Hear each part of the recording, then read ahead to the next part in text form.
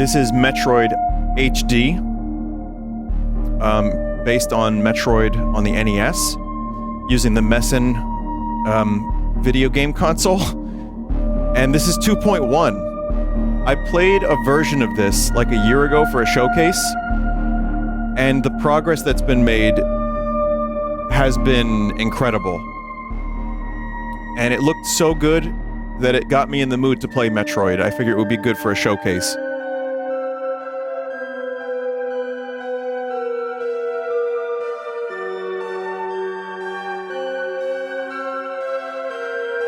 The music is also HD'd.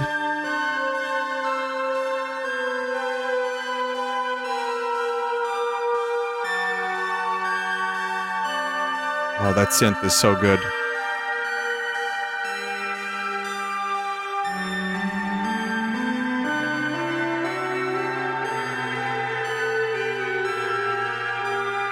Apparently this used a real analog synth.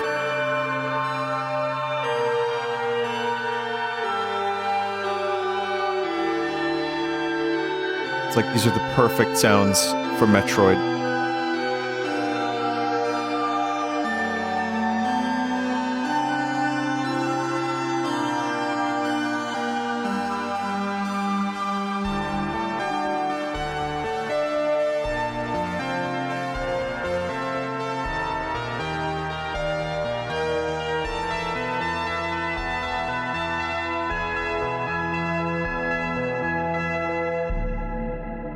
So good. So that's the Luminist. The channel is the Luminist. Really good choice of sounds. Really great arrangement. I love it.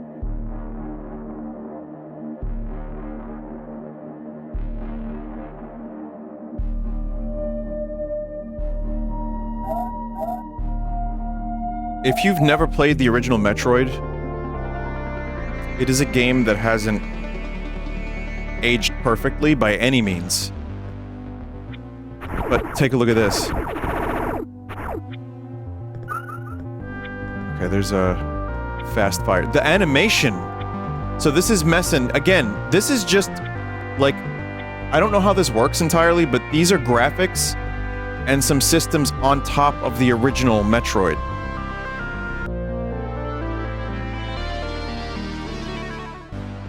This isn't legit, you're meant to start with only 30 HP. Oh yeah, you're right. You're right. Okay, so no, some things have changed. I was wrong. Maybe I'm okay with that.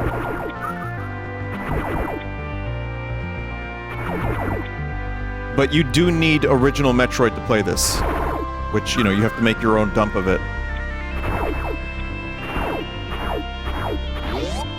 It was missing the intro text as well. I noticed that, yeah.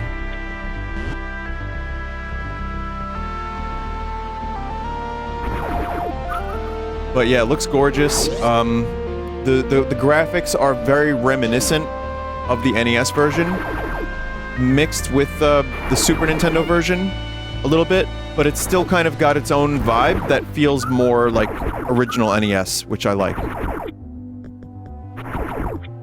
But the Samus animation in the NES Metroid is very stinky, and I mean, limitations of the technology, of course.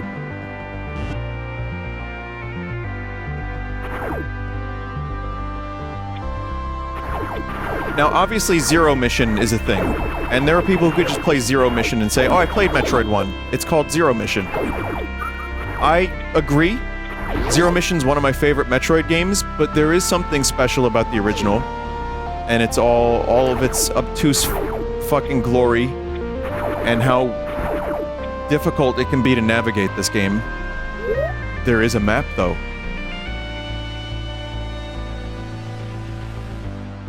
So there's also kind of like, there are patches for the original Metroid that help with quality of life stuff. And again, of course the original, it still has, I'm sure there's people that will only play the original as it was. And I kind of like to once in a while myself, because that was one of my most played games as a kid. It felt like an endless video game at times, because we just always get lost or discover some weird secret, or even like glitch through a door into a new fucking dimension. but I like seeing different takes on this game, and I've played a couple of quality of life Metroids, but this is the most beautiful one so far, and it actually plays kind of better too, maybe? Maybe the gameplay's about the same, but it just feels better. I don't know. Can you beat this from memory? No. I have a general idea, but I forget a lot.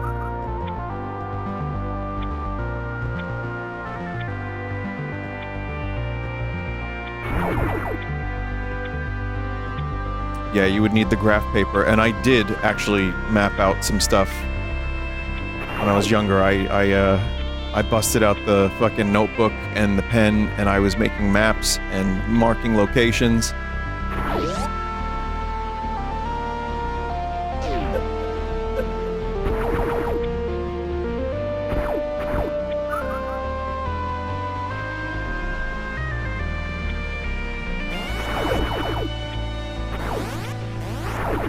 They kept some of the sounds the same.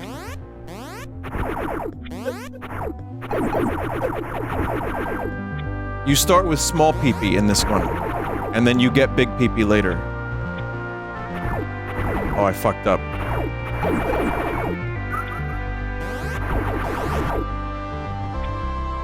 But yeah, you can even compare this to the version I played when I did my Messin showcase. Again, that's the name of the Nintendo. And it took a number of things from Super Metroid and didn't have as much, it wasn't as smooth, I feel, and it didn't have as much of its own identity. Someone said Super Metroid is the best, Zero Mission is the best Metroid game.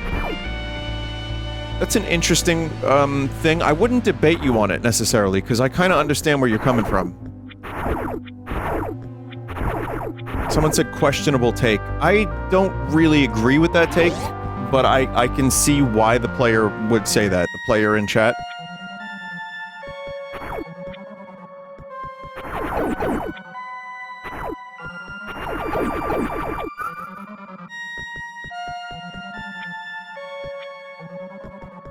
Right, I need missiles. So I went and did...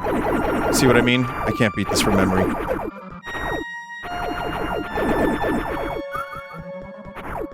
It is a bitch to 100%. There's a lot of stuff that's also hidden in the most bizarre locations, and the game doesn't give you any hints, really. It's designed in such a weird way where you just... I mean...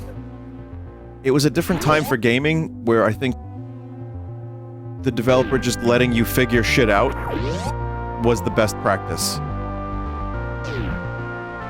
Also, I really... This room...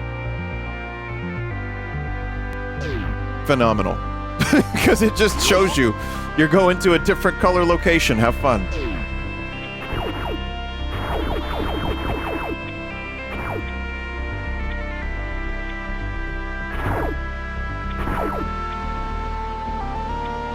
But yeah, I mean, not just, like, figure shit out, but also... I think there was a thing in the 80s with games where part of the appeal of gaming for some kids at school was... I gotta find my first missile pack. I'm not really sure where that is. Part of the appeal was that it was this cryptic kind of puzzle that people had to solve and trade hints. You know, and like, oh, I found this thing. Where was it? Like, how did you do that? What is the thing that you have to get there? Okay, I'm really going to every wrong location first, but this looks really nice. That's a nice touch, the little background thing there, whatever that is, that doodad.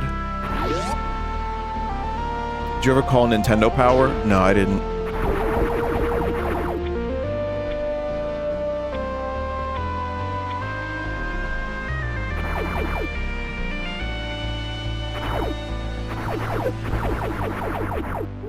I want to check and see something, hang on.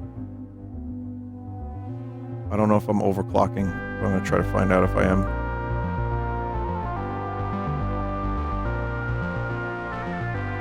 I'm not, but I can be.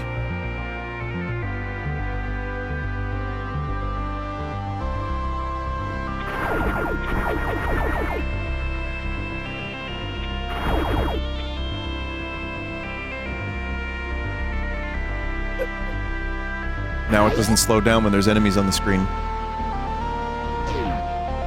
Someone said, I forget how much older Vin is than me. Yeah. I was the young one, and then suddenly this happened. One day you will be the old one for a whole new generation. And they will reminisce about their skibbities. And, what was the game I played on Sunday, chat? It was, Haunted Factory Skibbity Freedy.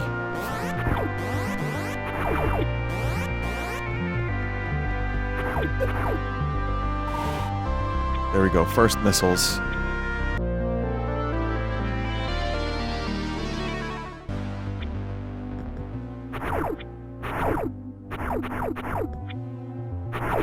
We probably want to get the, long beam now.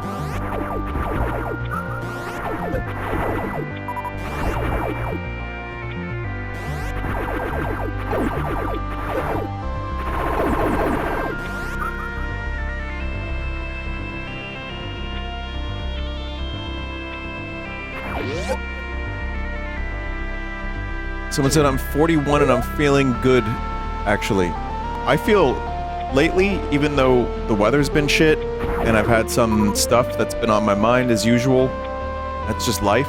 We all go through it in different ways. And especially getting older, those around you, blah blah blah, you know the drill. I gotta say, for my age, I feel awesome. I just got real sick around MagFest. But I feel good. And, at practices, like, my singing voice is better than it ever has been lately.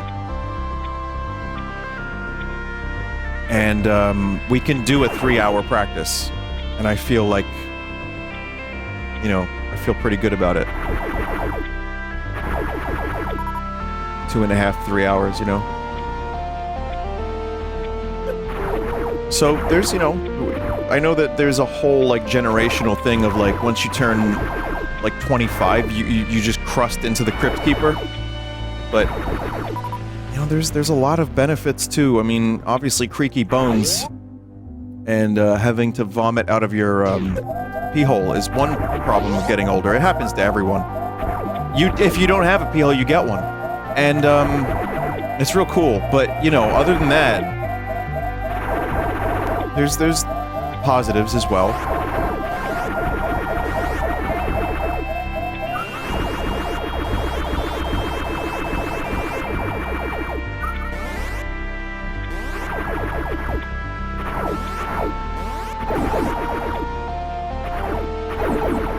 One thing I will say about Metroid, there are not a lot of NES games I was playing into the N64's release.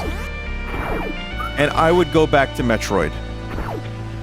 Maybe it's because of memories, maybe it's because of the feeling it gave me when I eventually solved stuff. But, like, again, it might just be nostalgia from me and my cousin when we used to, you know, he was like, we would play all these games together and discover all these secrets. Never Club Cousin, but the one I always talk about. We would, play these games, figure shit out together, and it was amazing, honestly. Being, like, you know, 5. Oh, the long beam isn't up here. This is where you have to go. You can glitch through there, if I'm not mistaken. Told you, I forgot everything. Of course the long beam is not up here. Why would it be?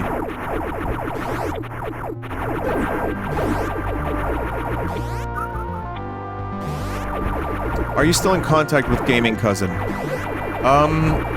Not very much. Gaming Cousin moved to Florida.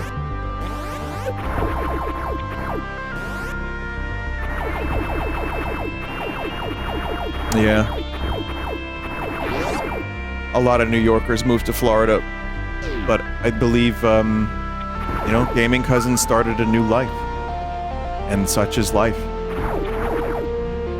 Very, very occasionally. What about Club Cousin? I haven't seen Club Cousin since the Club Story, I don't think.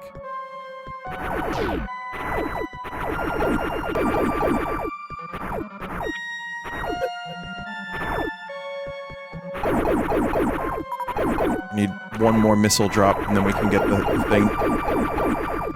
Got it. Okay.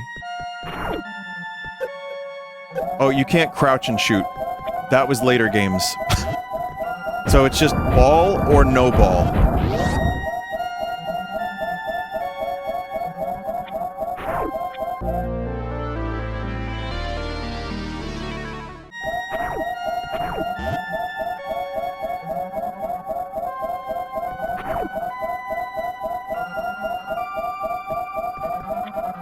I don't know if this is going to be a full playthrough. This isn't a terribly long game, if you know what you're doing. But as you can see, I don't remember very many things.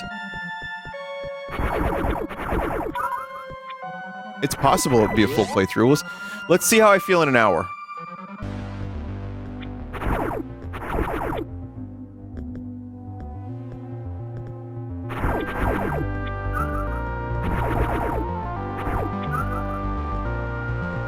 Have you considered revisiting Fusion? Fusion's a fantastic game. However, I streamed it some time ago, a couple years ago, maybe probably 4 or 5. It's on the Vinesauce channel.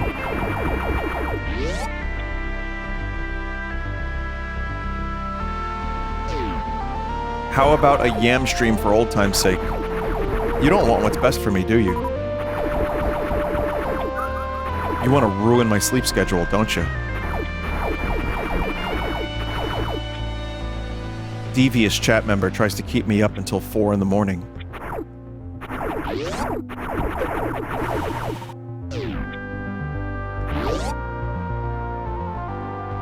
Vinny, Dread was already 3 years ago, can you believe it? That's a tough pill to swallow. It's more like 2.5, but yeah.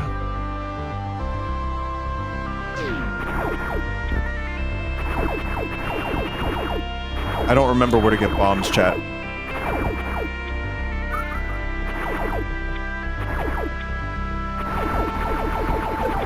I think there's an energy tank over this way, though. But so far, everything has looked really nice. And the music has been good. I mean, it's basically this one track for a while. There is a secret here. That is, yeah, that room that looks like that other room has a pretty important thing in it. I just need bombs. Fusion was 7 years ago. What the fuck?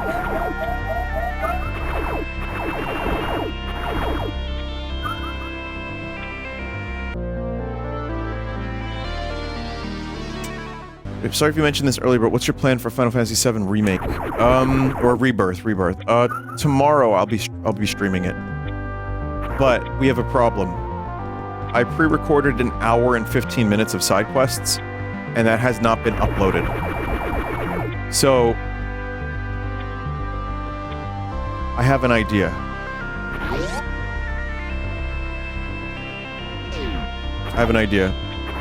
Tell me if this is a dumb idea, chat. There's 10 minutes of story in the beginning, and then I went and started side questing. So, when I stream it tomorrow, I'm just gonna show that, uninterrupted, without me even commenting, and then Johnny will cut in the whole thing later. It's just side quest stuff. I know that's not optimal, I know that kind of sucks, but I fucked up, because I shouldn't have done the side quests if I couldn't get it uploaded in time. Because otherwise it's gonna be out of order and weird. But again, it's just like an hour of me just riding a chocobo and talking about nonsense, and talking about Chadley's massive phone addiction. So, I know that sucks a little bit, I know it's a little weird, I'm probably gonna do that. Could you premiere the side quest stuff before the stream, or is it not all ready yet? I'm sure we could. I'll talk to Johnny about it. I'm sure he and I can figure something out. Johnny's a good egg. Me and Johnny... I like that guy. That guy Johnny, he's alright. He's very good at helping me decide and sort through the things that are somewhat unsortable.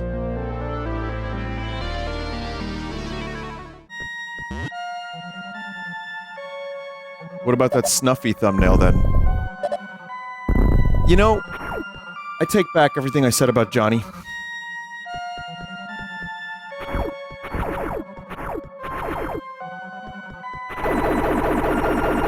I told Snuffy about what happened with, her and Nortz. I said, listen, I don't know if this is okay, but there was a raccoon girl in RimWorld, and, listen, Nortz got you pregnant. And Snuffy wrote back, only this. So this is the fabled birth of Snorts.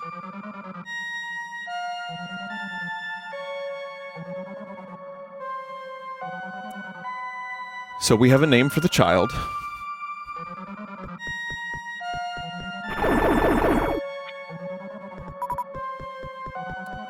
I would assume that means she doesn't mind being in RimWorld.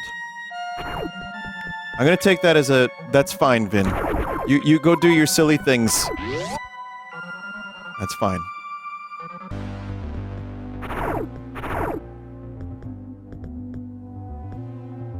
I'm gonna head back in here now. Any plans to play more Spalton? I considered it tonight, and I promise you, I'm not done with that DLC because I really like roguelites, and I thought it was a really good one. So I'm not done with Spalton. I would say next week is a very safe bet for a Spalton insertion. We'll throw a little Spalt somewhere in between Final Fantasy and RimWorld, and it's gonna be great. But we may also have to do a little Balatro as well. So it'll be like maybe a Spalatro or something, you know? I like how I bastardized the name of Splatoon and then used the bastardized name to come up with another name.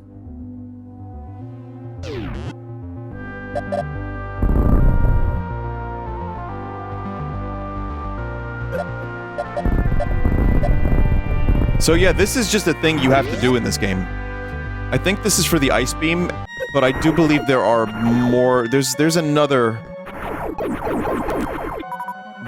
Ice Beam. I don't really remember where you get it. But... you know, if you didn't notice that there was a Geemer underneath that little platform there, then, I guess you're shit out of luck. There's a second Ice Beam in Norfair in case you pick up the Wave Beam.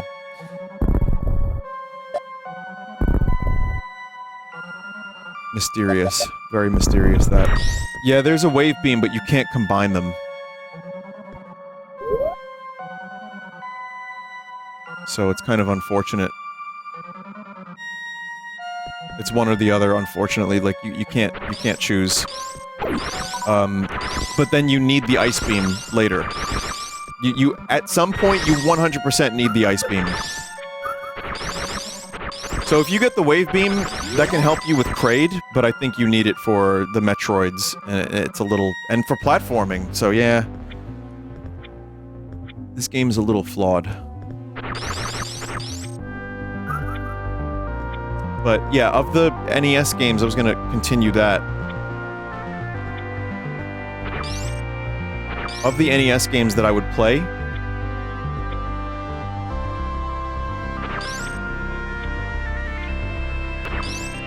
when I was, younger and still had, like, an N64 and would still put the cartridge in the NES. It was, Metroid, it was Zelda 2.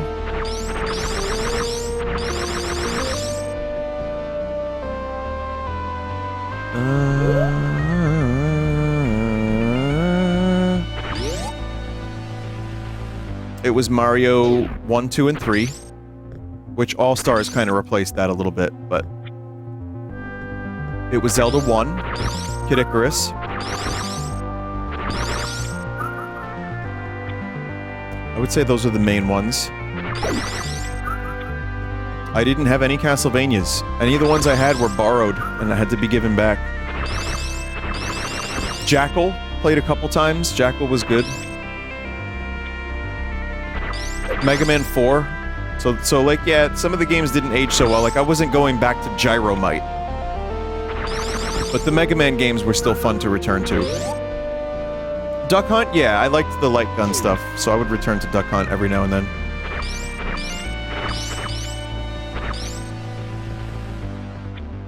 Kirby? I didn't have Kirby. That was a rental. Now, I would argue that Kirby on the NES is one of the most playable NES games.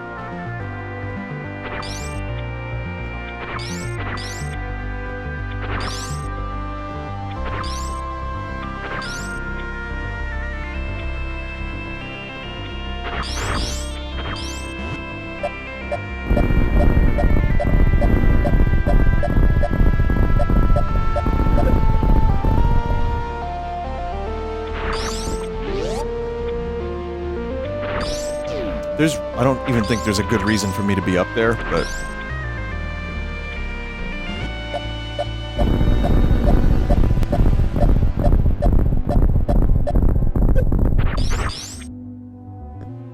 Yeah, oh, the jank levels are off the charts with the bomb jumping.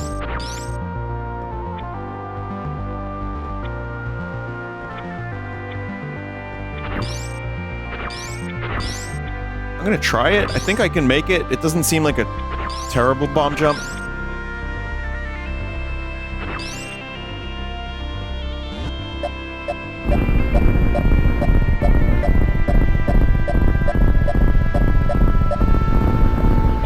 Wasn't terrible at all. In fact, note, I'm better at bomb jumping in the original than I am Super.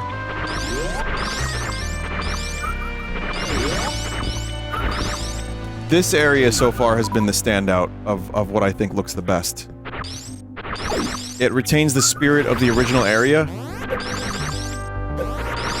and adds a lot of little details that I like.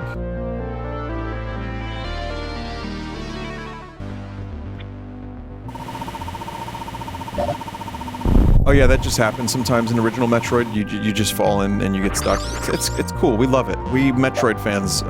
We grew up with pain.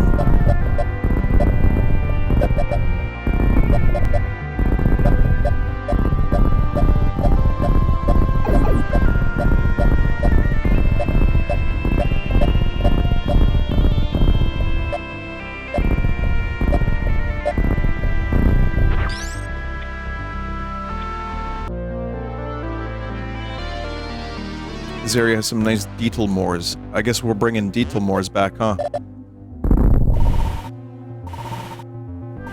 I really want that Marty Scorsese stick bug dream. That would be such a good animation. I mean, there's no bit. All it is just me narrating the dream, but just seeing him shrink and become a stick bug would be fucking hilarious.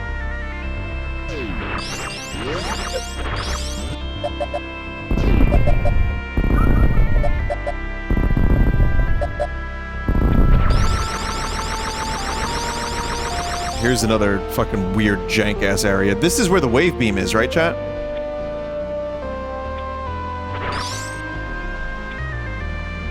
Oh, this is the Varia suit. This is another weird thing. You need the ice beam to, like, freeze.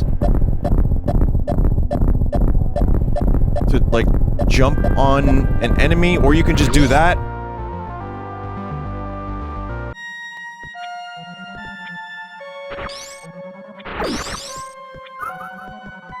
Just janked my way up there.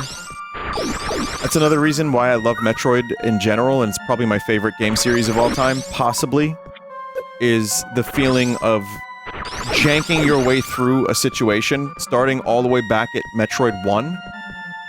It's kind of like, you got one up on the developer, you're like, yeah, eat shit, developer. Also, thank you for making my favorite games, but also eat shit, developer.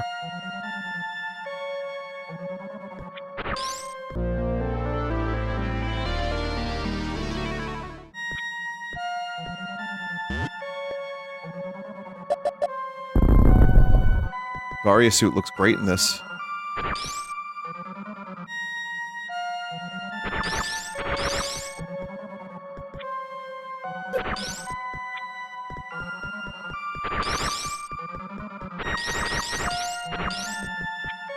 So they did a pretty good job at translating the very limited movement options of Samus, adding some more frames. Again, this is played on top of the NES original, so this is obviously there's some changes, and it's customizable. There's like a Zero Suit option, there's a classic music option. I think even some of the graphics you can customize for the environments.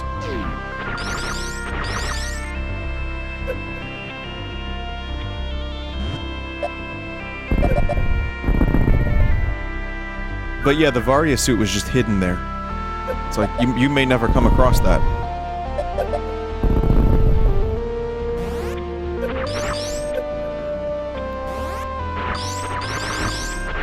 And again, I'm not going to go to bat for the game design necessarily, because it's certainly a baffling thing.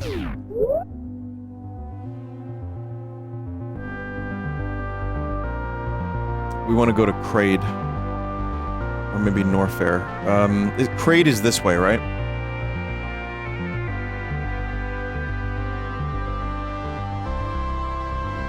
Let's go to Kraid.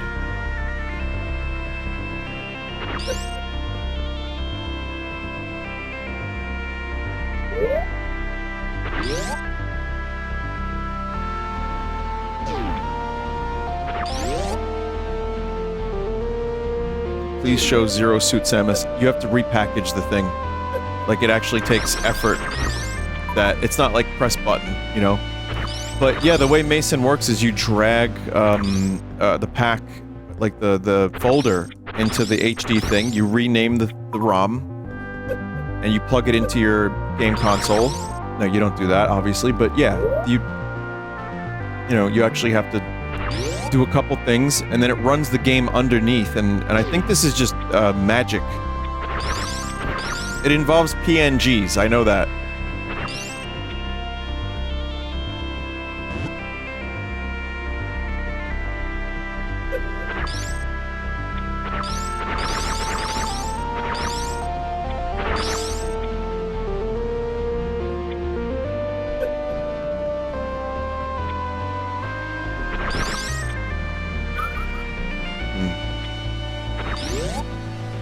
I want to get that.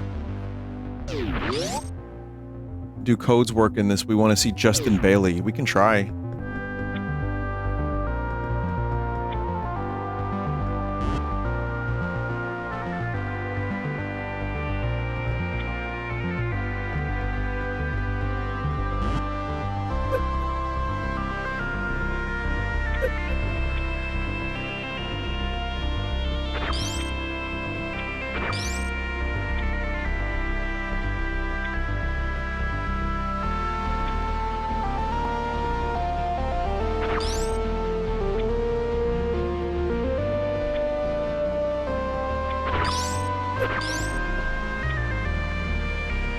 Damn it. It's like a pixel too high.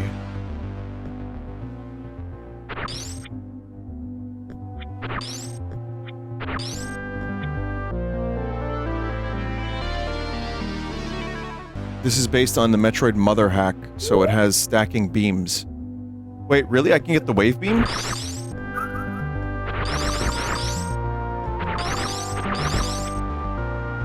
Where's the wave beam again? Is it in Kraid?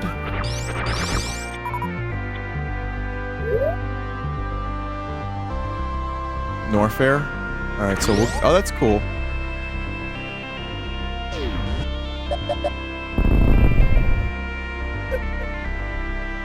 Well, we'll get that then. That sounds good. I did play the Mother hack, I think. That looks cool. It's other shit, like, even though that was just in, like, an 8-bit thing, that shit just, like, weird stuff like that stuck in my mind as a kid, and it scared me, but intrigued me. I happen to think, you know, a little bit of fear sometimes is good. That's why I like the original Willy Wonka, not the unknown.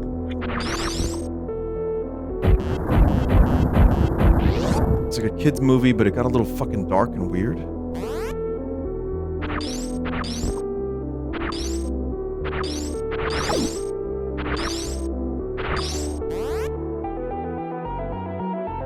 played this remix on stream, haven't I? Love that, like, high pass sweep.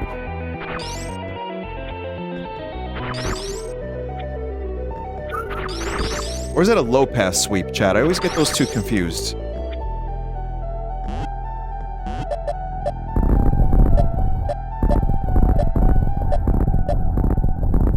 So low pass makes things more trebly, which is weird because low end is usually that's bass. High pass blocks the low frequencies and vice versa. So I was correct. Low pass means lows get through. Oh, like they pass through. I gotcha. So me saying high pass was correct if it got more trebly. And it did get more trebly. Okay.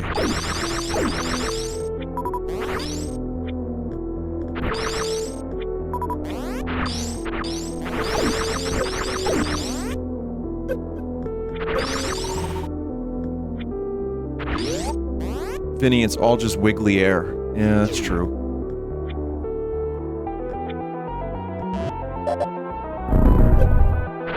Wah! We're not going back up that way.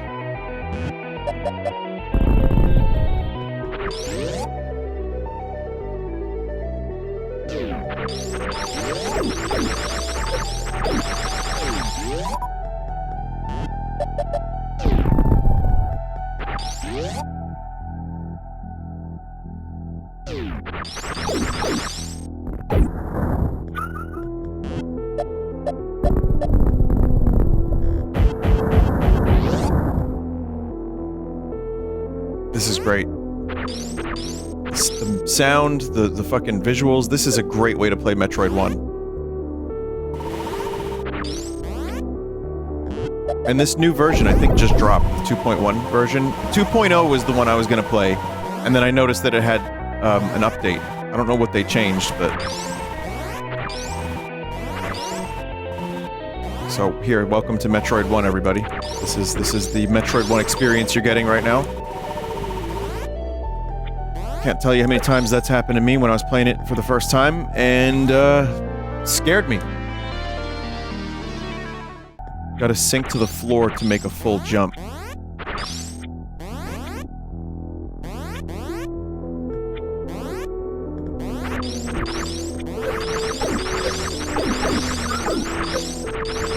The other reason why dying in this game was so consequential is because you would restart with only 30 health. No matter how many energy tanks you collect in the original, 30 health.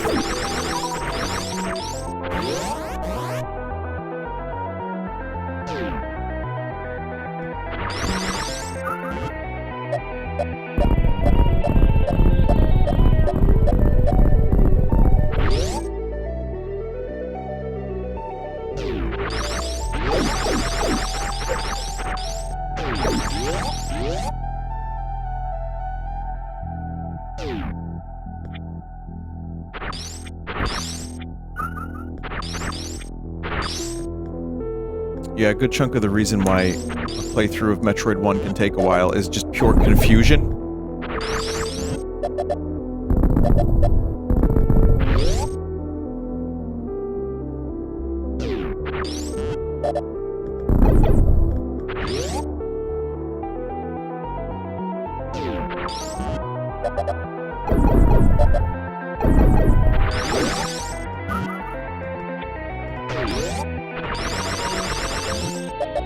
Is there something up there? The camera got weird when I jumped. Huh.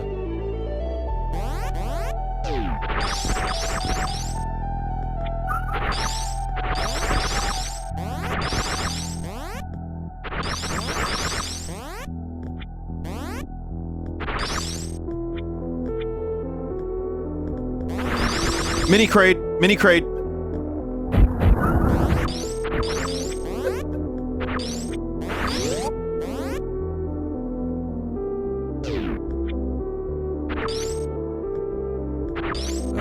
What the fuck is this?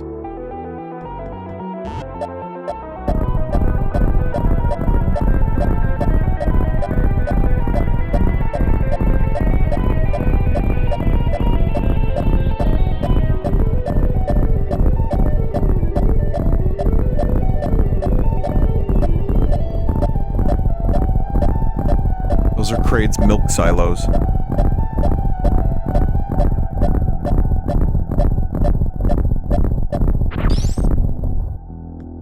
I was convinced that would... Okay.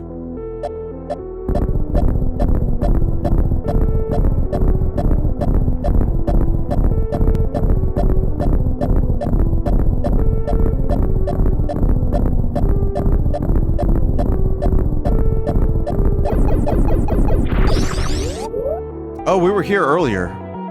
Oh. Oh, boy.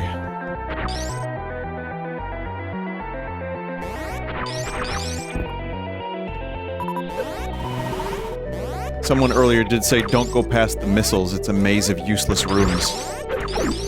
That said, I think we need to go this way to get back up. What's even hurting me? What's hurting me? Whoa, whoa, whoa, what's going on? Some glitch! Some, like, unknown damage zone. There's a damage field.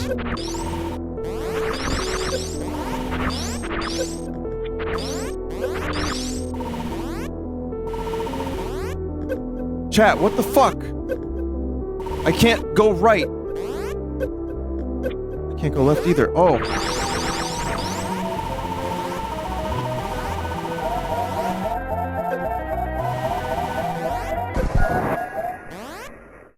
I don't know what that was.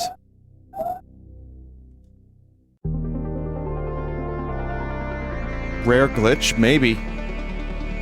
Never seen that before. Like, it was just invisible damage.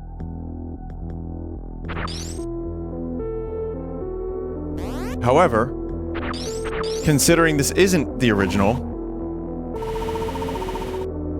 we are good. Got full health.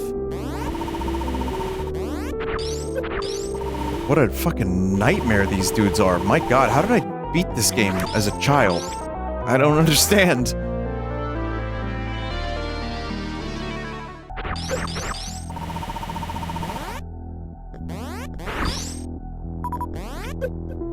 Infinite kid time. Yeah, good point. Yeah, I had lots of pieces of paper with Metroid codes on them. I've been, like I said, I was going through old stuff and I found just so much, like, school-related stuff. I couldn't find the papers with the cloud drawing. The MS Paint cloud thing I made. I know I kept them for many years, so I couldn't find that stuff. But at some point, I'm gonna continue searching, and, you know, if I find any weird stuff like Metroid, passcodes, that'd be kind of fun. That looks like a xenomorph.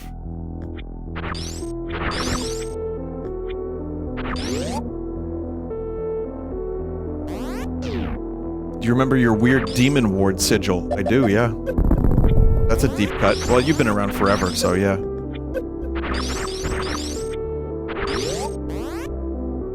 A Demon Ward. Oh, when I first... sometime...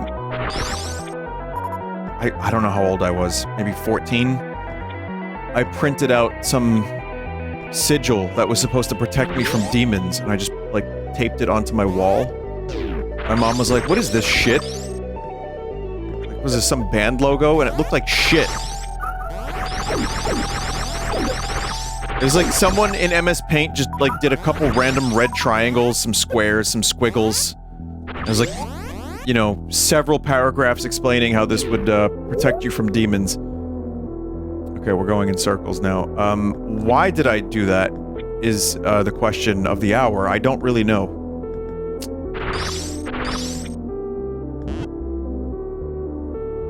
Space pirates.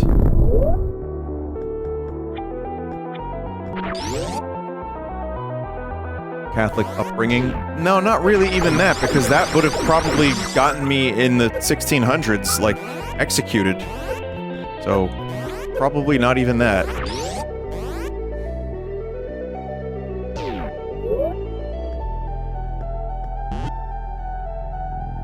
Might have been just because when you're a kid, you're scared of stuff. That might It might just be as simple as that.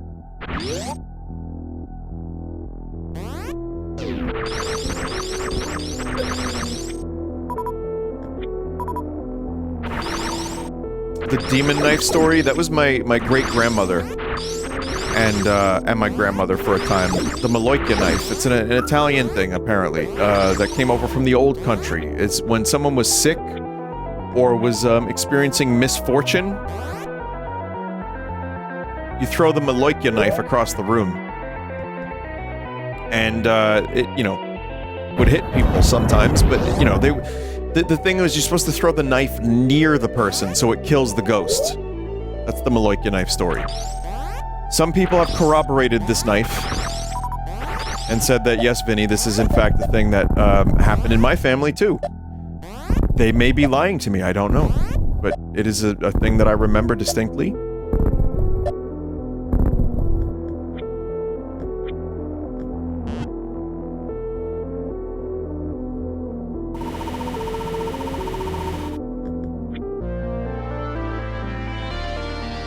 Can you spell Maloika? Nope.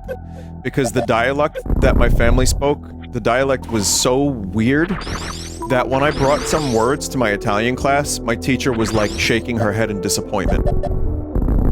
She's like, no, you don't understand. That's a very weird regional dialect or something. And I'm like, okay.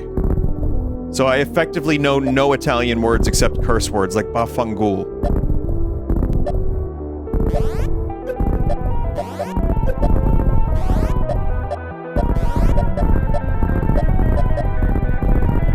But I also remember hearing about how, like, people would put the horns on you. You know, if they put the horns on you, that was real bad, because that meant that they're plotting your demise. Could you imagine how many horns I have on me now? Like, in my current life? Phew. Shit.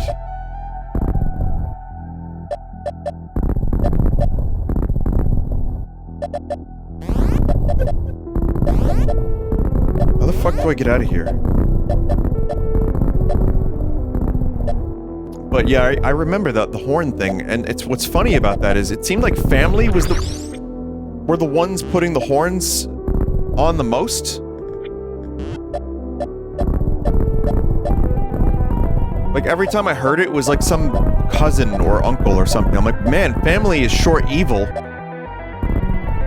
I didn't really put too much stock in it, but there were times where I did. There were definitely times where I did, because if you're a kid and you're being told about magic and wizardry, and like people putting spells on you to fail, and then like a week later they come over for dinner. Like what is that shit?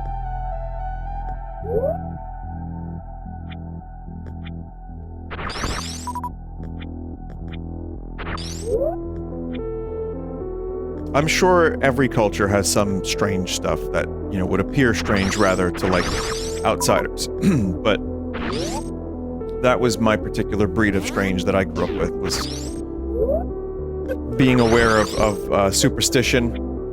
Good pasta, though. Good pasta, terrible vegetables. Everything was just like wet, soppy, garlicky. And I love garlic, but as a kid, like broccoli rabe boiled in garlic water. Gotta be honest, chat. That's a pass. Worst vegetables ever growing up. Good pasta. Good pasta. And again, it's not like my parents came over from Italy. That was my great-grandparents, and I think my grandparents when they were little kids. So, I mean, there are people who wonder how Italian I am. I sometimes wonder. I could care less to go and, you know, do a 23andMe or whatever and find out exactly how Italian I am. But as I've described before, Italians are fairly prideful, and if I've got some Norwegian floating around in there, they're sure as fuck not gonna tell me.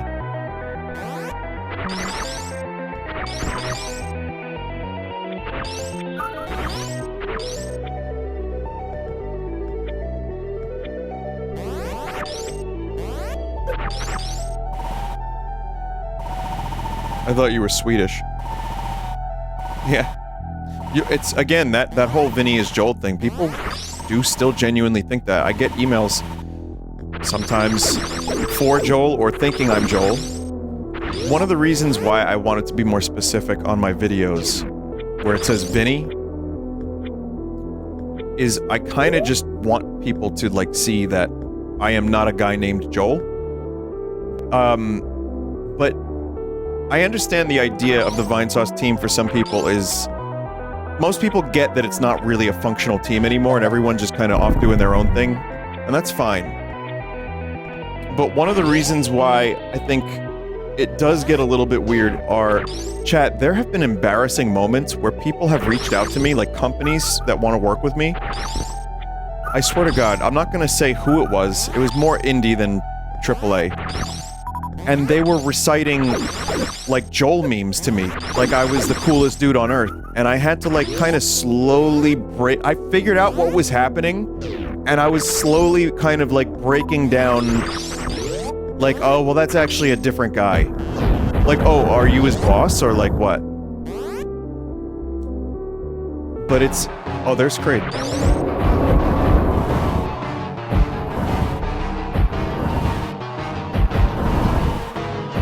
Am I just stuck down here now, chat?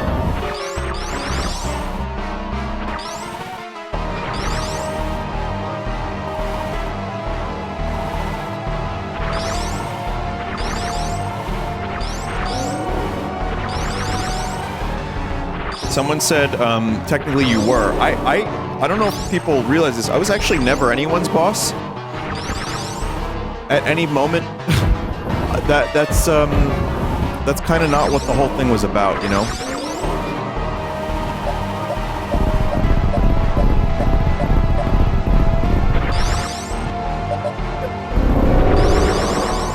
Oh my god, Kraid, what the fuck, dude? This is some ass design, man. Even though I do love this game, it is ass. Vinny, I think you need to make a formal statement about the non-existence of the Vinesauce team. People would still think exactly that it is, because they see the names on the videos, or... It's confusing, and because I named the team my name that you know, my nickname and my channel name, it got even more confusing. And again, Joel is, like, actually one of my best friends online. Like, we have experiences, you know, that really bonds us. I don't know how to explain it. Like, you know, we went through a lot together, and we've had very similar experiences over the years, and we've become really good friends.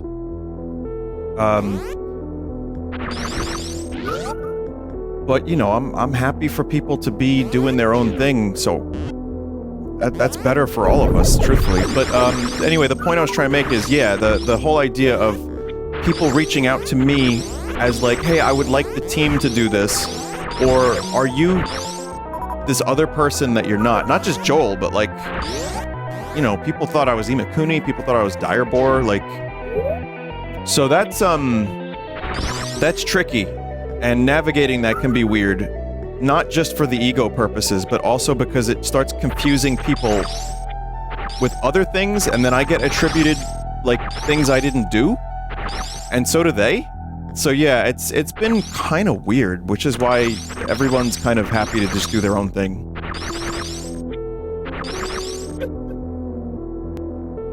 Oh. Where is Joel? He hasn't streamed. Ask him. I know you're joking, but yeah. I thought Mike was Vinesauce for the longest time. Yeah, that's another thing, too. I, like, mentioned this, too, but it's like...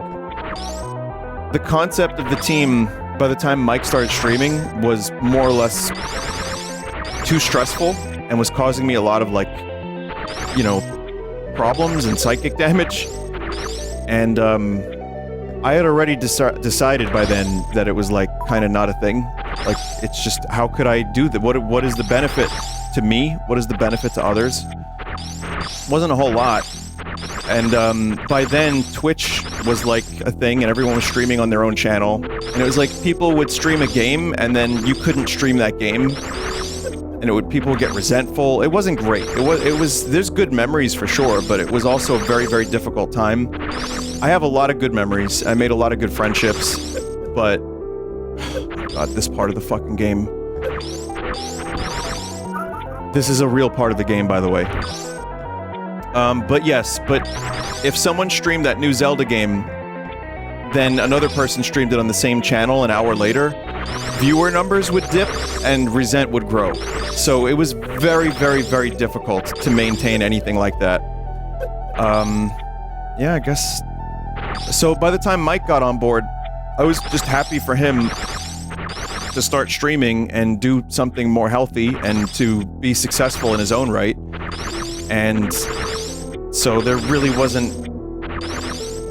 Yeah, I never really added anyone else to the team. Ah!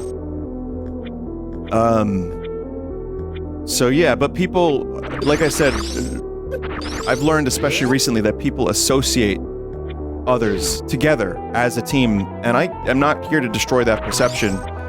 Whatever you want to do is fine, and even if we made a statement, there's still thousands of people that are going to be like, I didn't read that statement, you guys are still a team, it's my comfort. Or they just don't know because they have lives. So there's that aspect as well. So I'm fine with that. I don't mind. It's not like it fucks with me on a day-to-day basis. Life is fine. I'm doing okay. But it does get a little weird sometimes, and so you just gotta deal with it. I've learned to just deal with it. That's it. It's fine. No big deal. I am Vinesauce Vinny. I'm Vinny. I'm me. I'm my own person. Most people know that. Some don't. It's okay. What I don't get, genuinely, is that people think I'm Joel because our voices.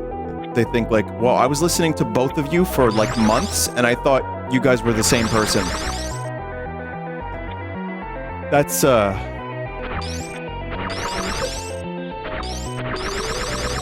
some pretty crazy shit. And it's real, it does happen.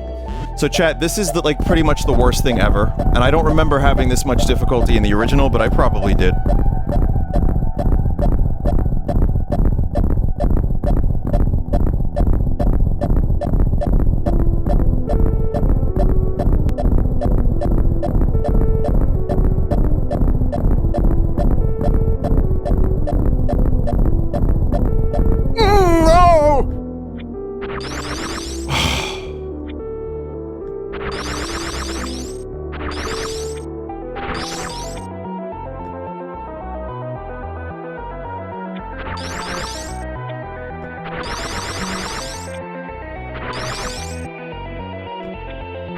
The problem is I'm shooting too many at once, I think.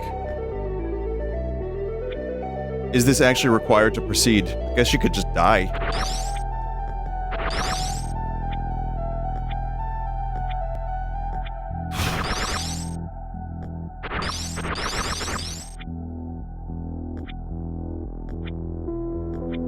This is how you get back up, though.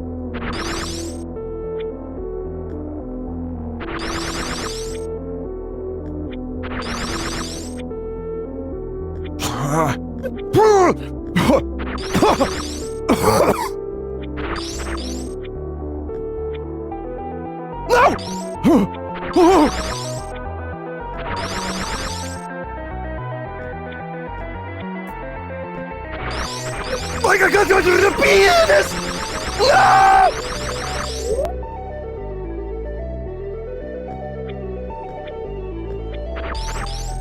Oh no. Oh fellas, I don't know if we're gonna make it through this tonight. Oh no.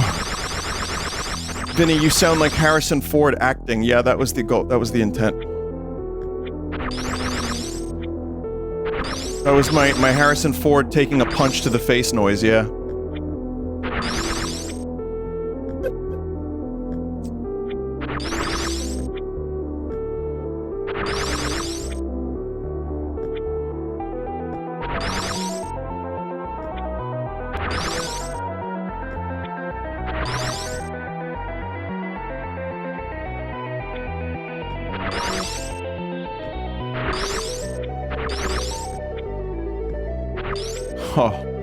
Oh, fuck that. I don't even know if this is actually the way out. I know there's another E-tank here somewhere, but if I don't get it, I don't really mind.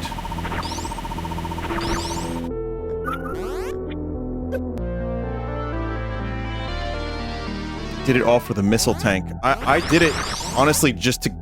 you have to do that to get out of here, no? That's not optional.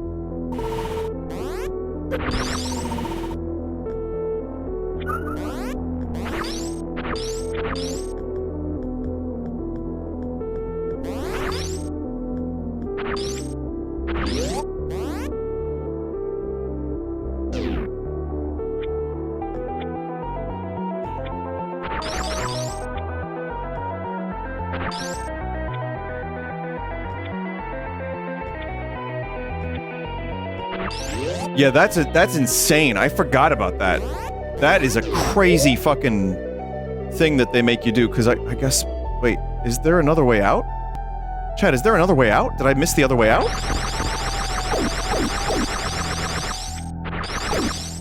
No? Okay, well, you know what? As absurd as that is, I'm really happy that there wasn't another way out. Because then I would have had a breakdown live on stream. Just now. Blocks didn't do knockback in OG. Well, why are they doing knockback now? You can just, like, stand in the blocks, if I'm not mistaken, in the original, right? Like, you get a little, like, funny. It gets a little funny. Yes, they did. Just play Zero Mission. Yeah, I mean, well, that's my advice to new players, mostly. You got one guy, they did do knockback damage. Well, then that's another one of those incidents where I'm like, I play the game now and I'm like, how did I do this when I was 6? You shoot too fast, that's why it's weirdly impossible. Need to be slow. My name, Duke Slocum. Shoot. Load. Very slow.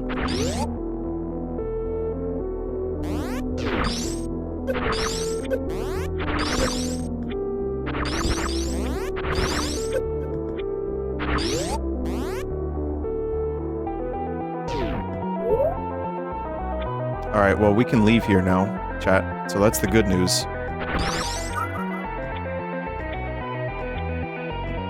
And listen, I'm loving the music here. I think it's incredible. Ready to hear some new music.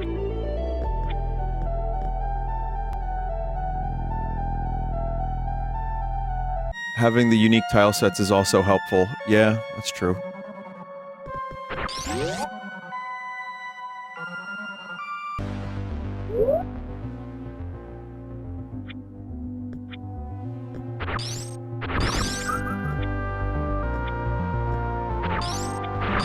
Yeah, Metroid 1, it is a bit of nostalgia for me that makes me come back to this once in a while. And like I said at the very beginning, there's that like endless exploration thing, which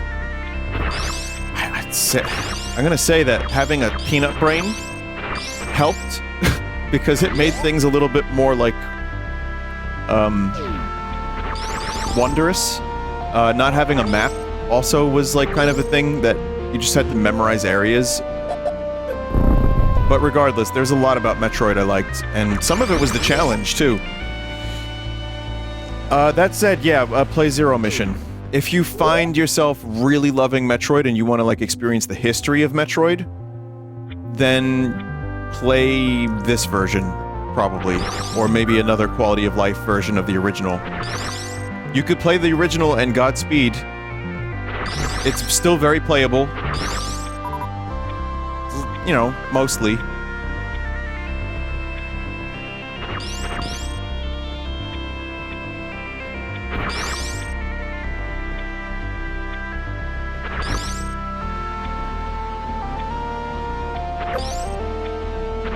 It's literally this, but less pretty. Yeah, I mean, this just looks nicer overall. I've got to say that the graphics here are really growing on me. And I think, this might be the best way to play Metroid 1 outside of Zero Mission. Fuck it, it is. It is.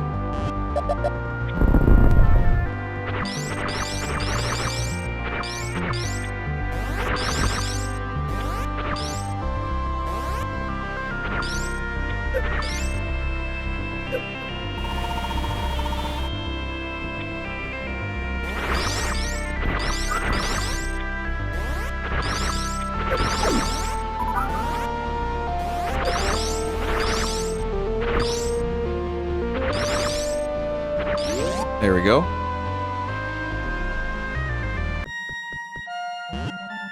Alright, now we go to Norfair. What a weird name. You get used to it, but... This music is so goofy.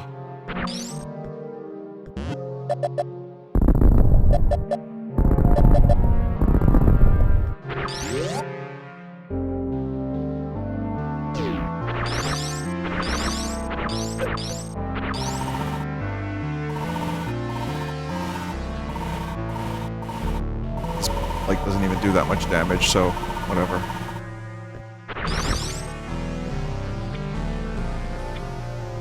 This looks really good. This looks excellent.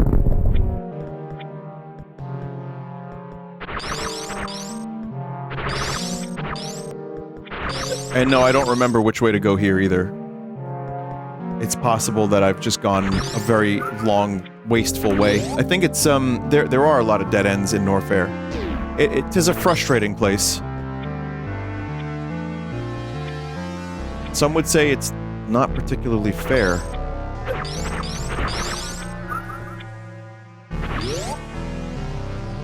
Two corridors down 2 corridors for high jump.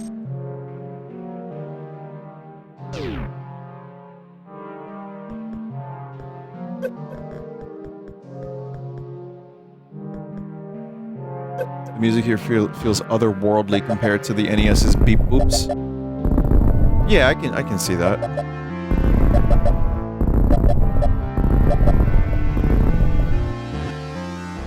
Oh yeah, you just have to know that you can do that.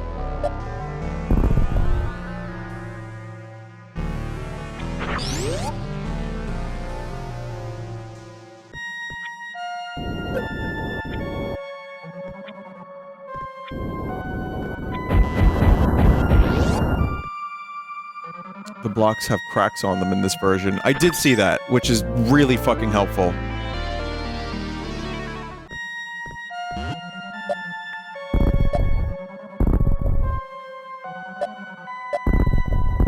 This might be one of the only rooms that actually ends up...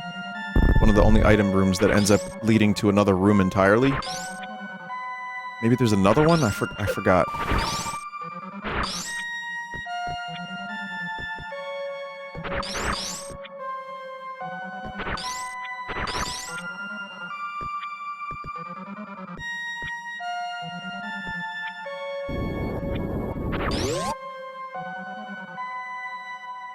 You only need a couple here and there to make the player check every time.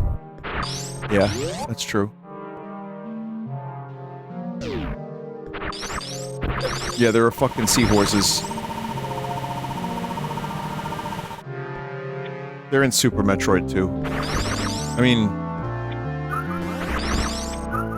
I guess the original seahorse was a lot less seahorsey. Or, I don't know, maybe it wasn't.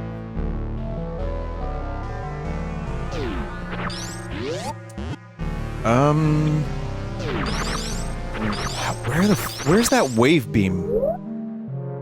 Because there's another way down here.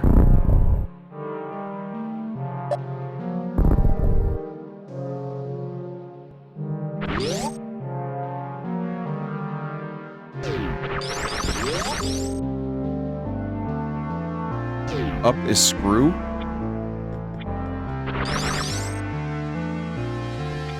Wave beam and screw attack are downish.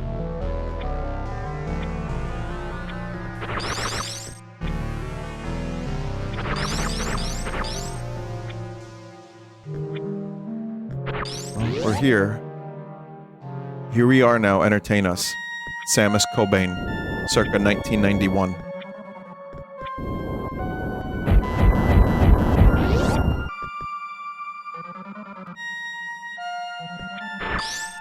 There's the screw attack.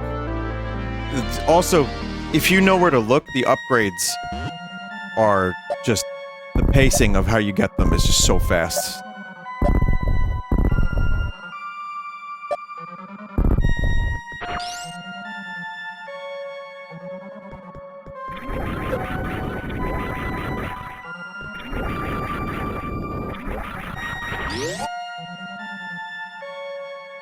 Did you buy a guide for this game? No, actually, no. Just figured shit out.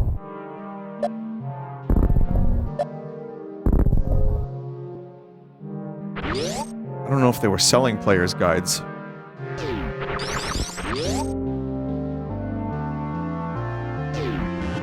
For this back in the day. Honestly, you could probably finish this tonight. If I know exactly where to go, I could certainly finish this tonight.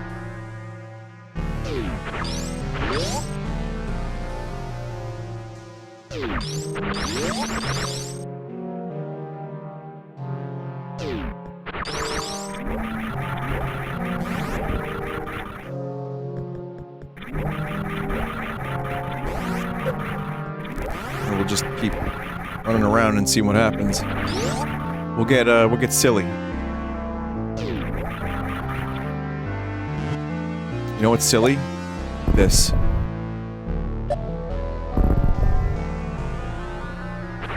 That's silly. And some of that stuff I just remember. Oh, another fake lava. What's that? You like fake lava? Here's another one.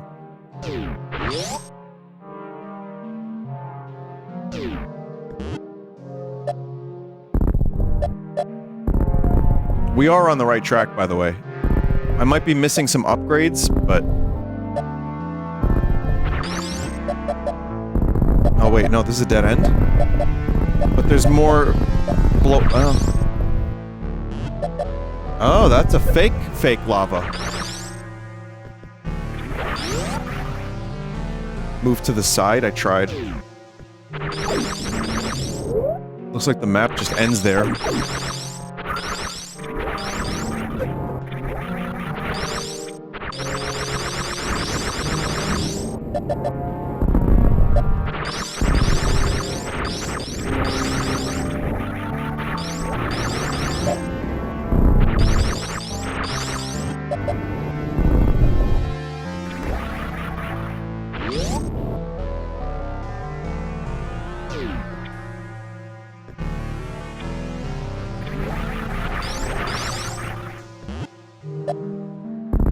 Yep.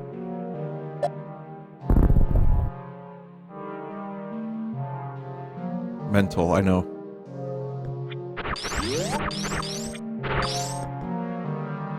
Someone just said, what the fuck is going on with the music? It's, yeah.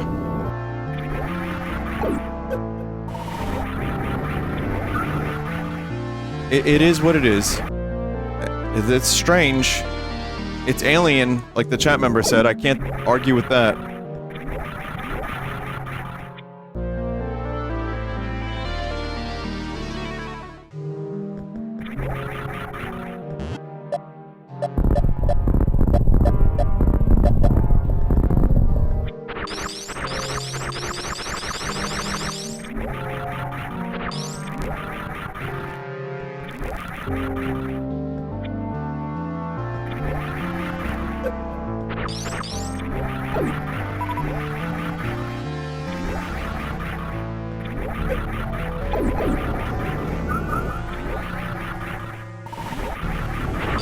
The Norfair theme gave me weird vibes as a kid, says a chat member. I think it was supposed to do that. It did it, you know, it works, and the fact that it's eliciting any kind of response out of people, like, what the fuck is going on with this music? I guess it accomplished its goal.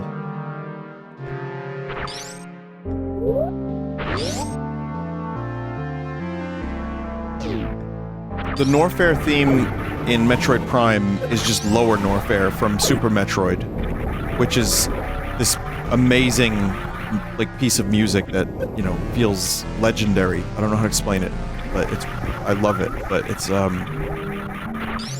that almost feels a little bit too epic to use it, to use that word, in some ways.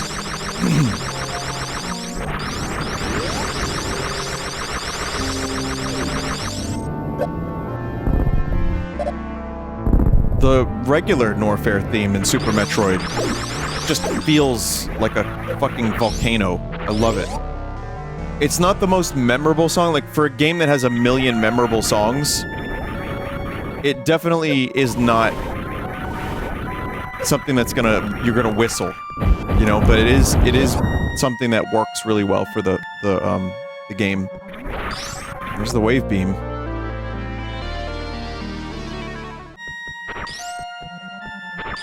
Yeah.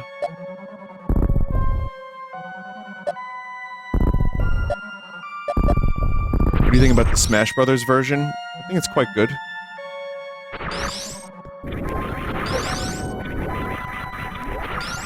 Listen, there weren't a lot of graphics to work with back in the day, so just having the beam literally just get wavy, that's, you know, that's just what that's just what they do.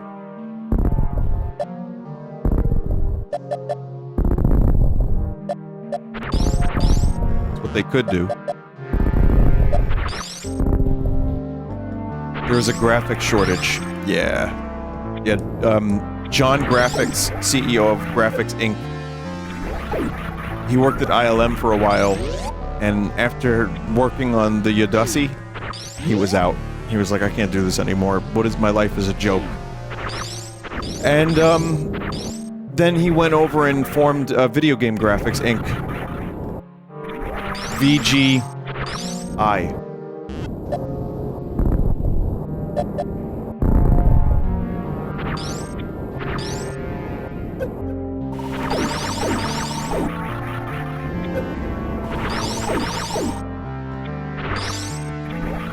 The Odyssey. No, the Yodassi. Because he was at ILM, he was working on Star Wars. George Lucas was like, you think you could, give Yoda a little something that the audience doesn't see? I was like, George. You know you can't ask that of me. I'll do it. But if I do this, I will never work with you again, George. It's a rather tragic tale.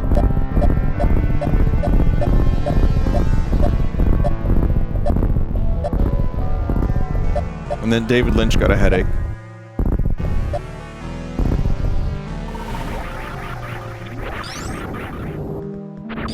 Oh, and George started talking about this Yodassi, and now I had a really bad kidney infection. Oh, it was terrible. So I went to the hospital, and George followed me. And he kept explaining this thing, this Yodassi thing, and the Force. And by then, I have to tell you, I started puking blood.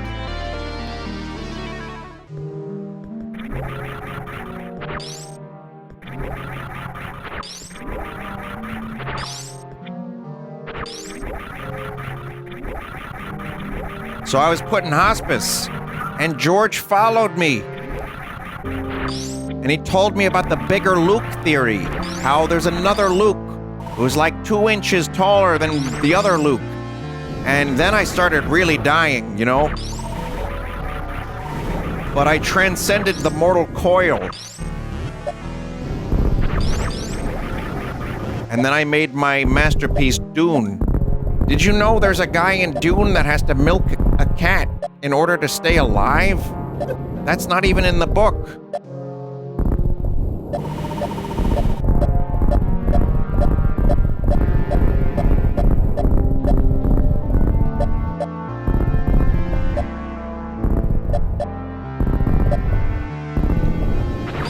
Chat's like trying to play a game right now, like of what is Vinny making up? And I'm gonna tell you something. There are some true details within everything you've just heard.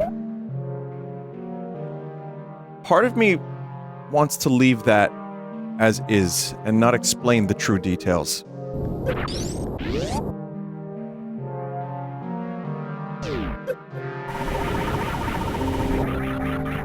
But I'm gonna tell you the true detail is that in the David Lynch Dune movie,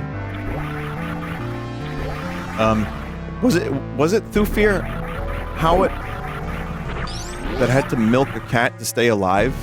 I think like the antibodies, the antidote, they were in the cat. Yeah, there's a link in chat. It's a real scene. It's fucking weird. It's like so, like Frank Herbert was on some crazy shit with Dune. Not literally. Well, maybe. I mean, apparently a psychedelic trip that was caused by accident semi-inspired Dune. Of course it did. But the fucking, the Lynch version has some really bizarre shit. Like, even just the boils on the Baron's face.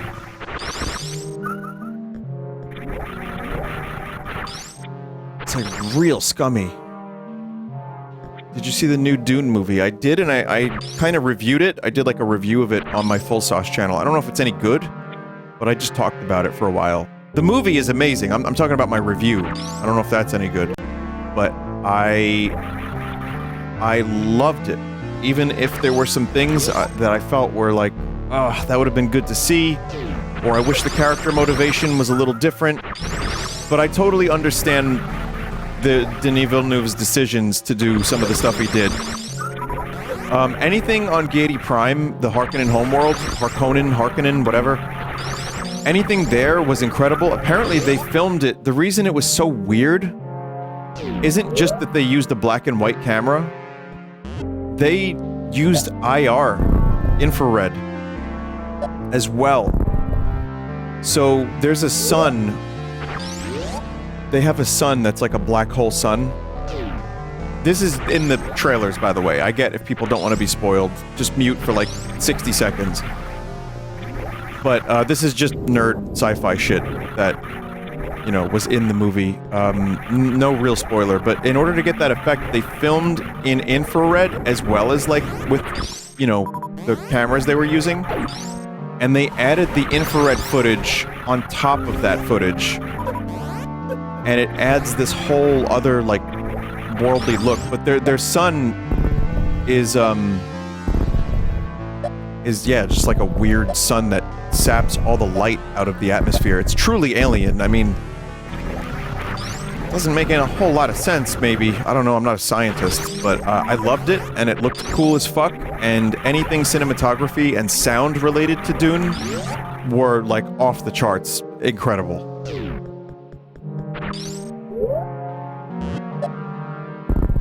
But then there's they, you know what? To be fair, they did tackle some of the heady shit from the book.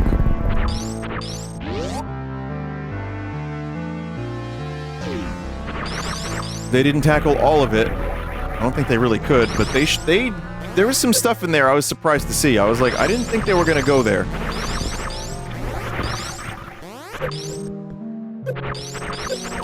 They want to do a third film. Yeah, Denis wants to conclude the Messiah thing with Dune Messiah and get closer to Frank Herbert's original vision.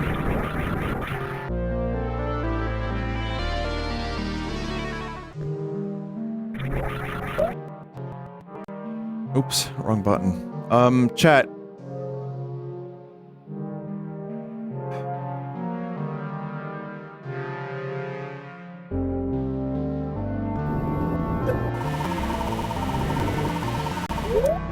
How do I save and exit? Is there a way? I kind of want to just, like, die and warp.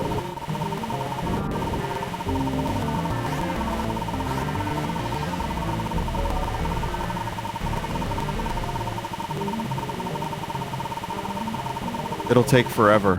Yeah, I know. Oh.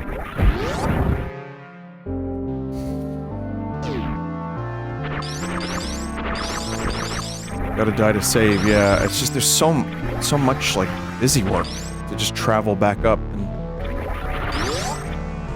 Yeah. Save state? No, that's not what I'm talking about. I want a death warp. But I take so little damage with the Varia suit that it's like, Isn't there a start select combo? Yeah, but I don't know if it brings you back to the elevator or if you reset your progress. It doesn't look like there's passwords in this. There may not be. I saw a save feature. So this version has a save feature as a quality of life thing. What did someone say about... I don't know, I'm tired. My brain is tired. But someone said something about Dune that was interesting and I missed it. Oh well. I'm just happy to talk about that world and the movies and the books because I really I'm a new fan. I'm not like someone that grew up with the books. The movie from a couple years ago, the part 1 of what we're seeing now was what made me a fan and made me read the books and then watch the Lynch Dune. When I say read the books, I just read. I stopped at Messiah. I'm aware of what happens in God Emperor and Children of Dune. I know about the weird worm shit, and it's cool, but I don't know if I'm going to be reading that anytime soon.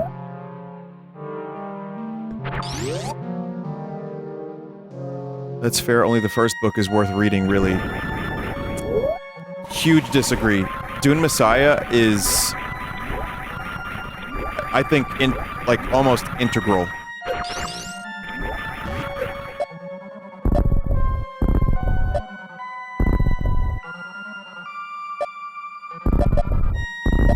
Did you get the weird popcorn? No. Had me acting unwise, but I didn't get it. The reason, from what I understand, Frank Herbert wrote these books about the dangers of blindly following charismatic leaders and, like, how religion can make that very scary. You know, there's literally, you know, a jihad that happens that they call it a holy war, and fair enough, I get it. But it's many billions of people die, and, it's apparently not the first time. There was also the Butlerian Jihad, look that up, and it's about why they don't use computers. And why they're willing to just get high as fuck and use people as computers instead of actually using computers. It's a fucking nutty sci-fi setting, and the fact that it was in the 60s and it was that far ahead of its time is still mind-blowing to me. But, apparently people didn't quite get that part of the meaning of Dune. And they were like, hell yeah, Paul did this, and he did this, and he did this, and it's great. And it's like, well, actually, this could get really scary, and it wasn't... It wasn't totally subtext, and it wasn't totally in your face in Dune, the first book. But it's there enough to be like, oh, this seems wrong. But with Messiah, he was trying to correct that perception because people they didn't get it. And with Messiah, he was just like, no, this all really happened. And then there's this shit about Paul seeing, you know, all the possible futures, and he chooses this path, the only thin, like, very, very vague path that allows humanity to survive. Like, that's the shit you're not gonna see in the movie. You may see it in Messiah, but it's crazy. Like, it gets really nuts. And the stuff that I'm not aware of seems to be even more insane.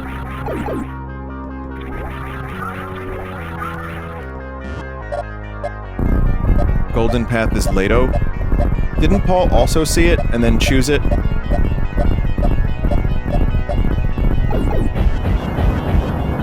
That's why he had his reservations, he drank the water of life, and then I knew I was gonna miss that, and I saw the fucking cracks too. He had his reservations, he drank the water of life, he saw what was gonna happen to humanity in the distant future, which is left very vague, and then he was like, alright, guess we're doing this. Gurney, where's them atomics again? Paul was afraid to traverse the Golden Path. Right. Yes, he was apparently afraid to do that.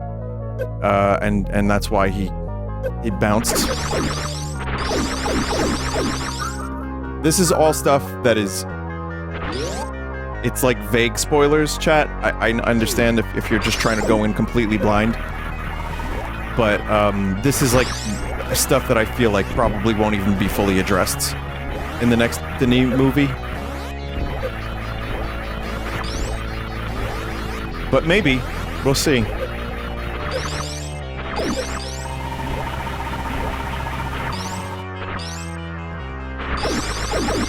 when I say it won't be addressed, I mean you might get some of it, but I think what... So Denis said with his movie, he wanted to focus on the original intent of Frank Herbert, which meant he had to alter some things and take some liberties and stuff, and I'm fine with that, as long as it's done well. And it was. And also do it in a way that the audiences understand, like, oh, this is fucked. And I think he accomplished that, mostly. I'm sure there's still gonna be people that are like, Luke Skywalker, Paul Atreides!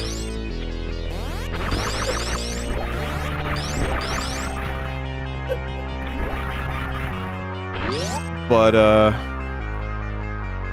I think Dune Messiah, his version of it, would probably deal more with the consequences of what he did and why he had to do it, or felt he had to do it. And I think if there's any mention of this Golden Path shit and the humanity's distant future, I kind of feel like it's gonna be not as prominent as the personal aspects of him and Johnny and the characters around him. For those who have no fucking idea what I'm talking about, thank you for your patience, by the way, but it's not often I get to nerd out about something like this in, like, a high degree of depth. Or not a high degree, but some level of depth. I really enjoy this kind of shit.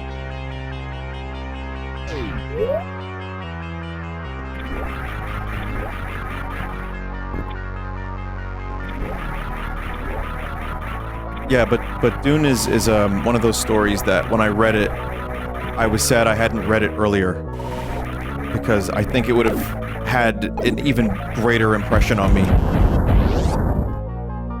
And it's you know, well, there we go.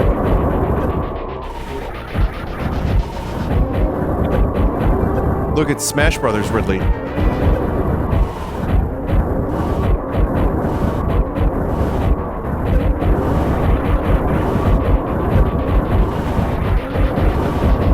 Oh yeah, no, this fight, it's... I know exactly what this looks like, and yeah, it's stupid. You're fighting Ridley in the lava. It's like insane. Is there any hidden E-tanks around here, chat?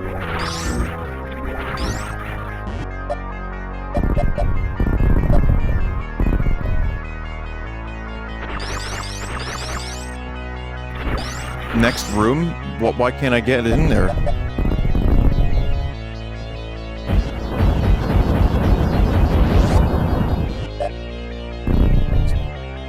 Okay. Normally that's a power bomb color, but there's no power bombs in Metroid 1. Amazing.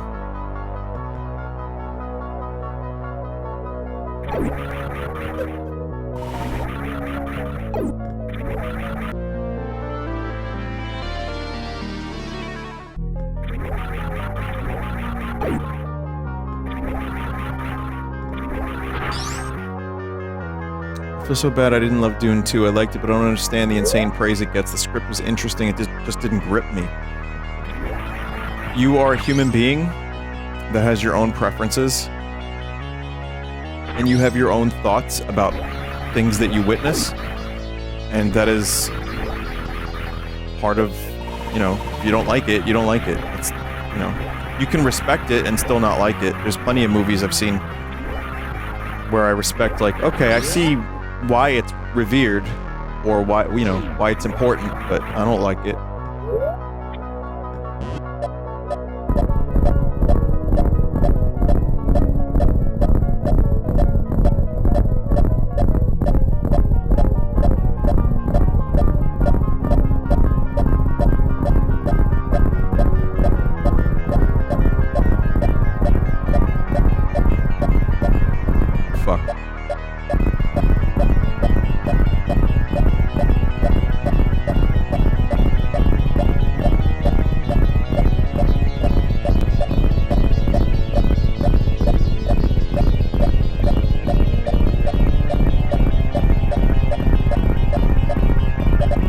Why? Oof.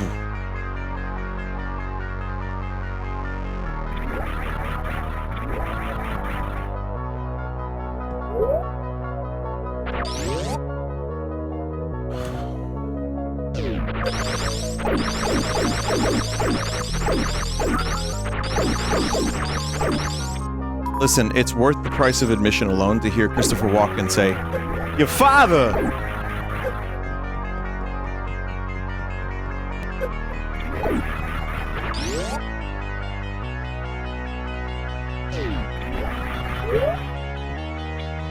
Yeah, I will never not think that that's a weird casting choice, but it worked out so well.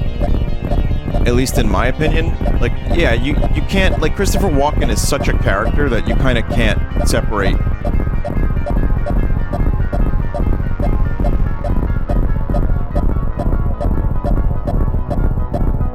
him from his Walkenisms and his memes.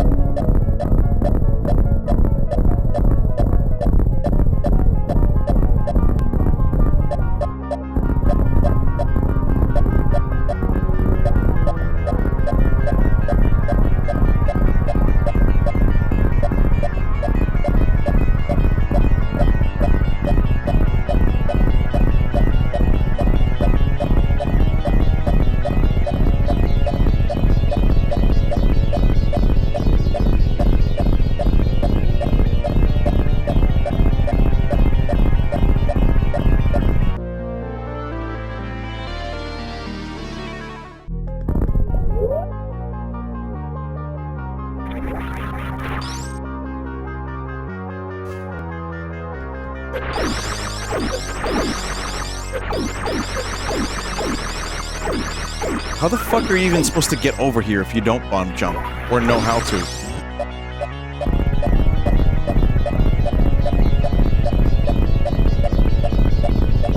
How do you think Jodorowsky's Dune would have compared to the new one?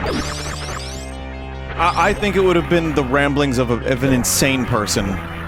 But it would have been so fucking interesting to watch. But he wanted to do, like, a fucking...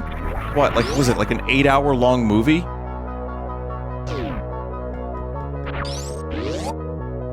Yeah, Jodorowsky's Dune is a very interesting documentary. I recommend anyone who's interested in filmmaking or Dune or insanity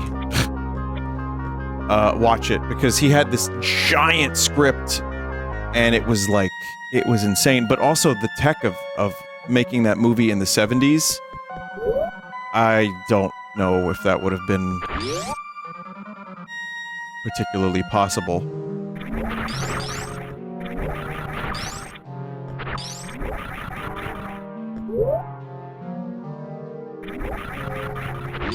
Javier Bardem, like, actually sold me on Chalamet being a bigger deal than he was. Better as fuck. Yeah, no. Javier Bardem was maybe almost my favorite part of the movie in a way. And he did actually, yeah, he is such a hype man for Paul. It works really, really well. And there's, like, humor in there too, but it's done in a way that it keeps it real. But yeah, the Jodorowsky Dune thing I think would have been interesting. I don't see it ever... I mean, it's not shocking to me it never got greenlit. The budget probably would have ballooned and bankrupt 3 studios. Like, I just don't see how that would have been possible to make. And he would have probably, you know, in order to get it made, he would have had to concede and make a 2-hour version like Lynch did. And you can't tell a good Dune story in 2 hours. The Lynch version's fun.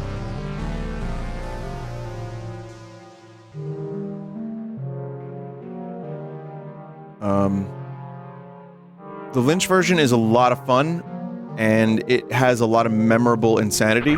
I'm using that word a lot, but it, you know, I guess it applies. Dune, because Dune is kind of a fucking insane book. When you really get into it and you start thinking about some of the concepts that maybe you've gotten used to an outsider, shit's real weird. I mean, Villeneuve didn't even show any guild navigators. Those fucking mutated weird fish humans. David Lynch was like, okay, it's not relevant to the story, but we need to build this giant fucking tank. Alright? Giant, strange, mutated fish creature inside this tank, and we're gonna show it prominently, and it's gonna slop all over the floor. Why, David? That's not relevant to the story. We're gonna lose 5 minutes and a ton of budget to this one prop? Yes!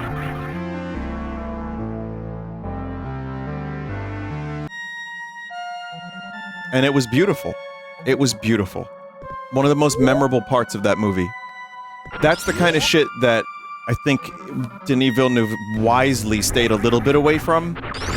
There's this in Dune 1, there was this weird fucking inky creature that was walking on all fours, or whatever. That was fucking strange as fuck. And there's definitely, like, the Harkonnens have a lot of weird things about them, and they're gross. And, there's stuff that is in the new Dune that is just by virtue of it being Dune, really weird.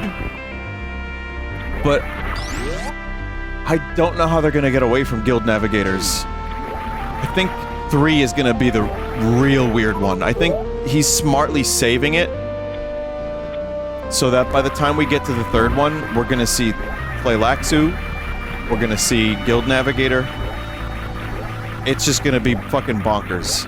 I think he's just slowly... I mean, we didn't even see Irulan or the Emperor until Dune Part 2. And I think, again, you need to simplify a little bit and just have general audiences, as much as they can, understand what the fuck is going on, and people still don't.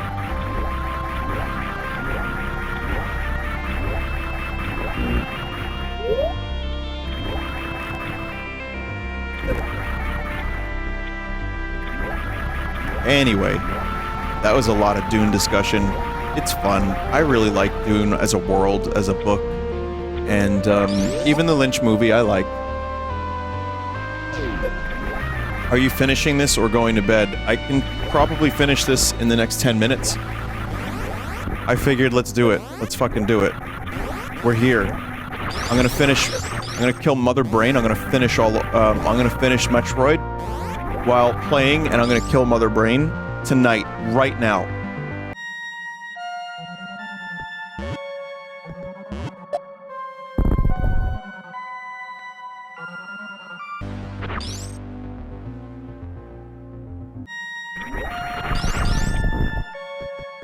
Love that noise. Just sounds like someone, like, beefed.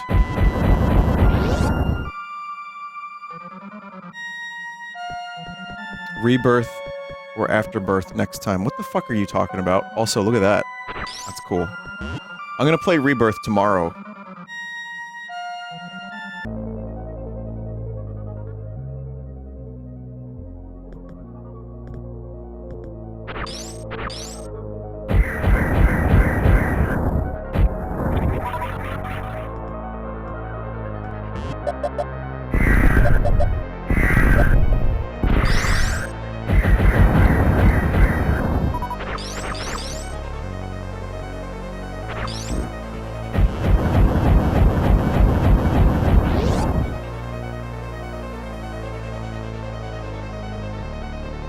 Oh, RimWorld?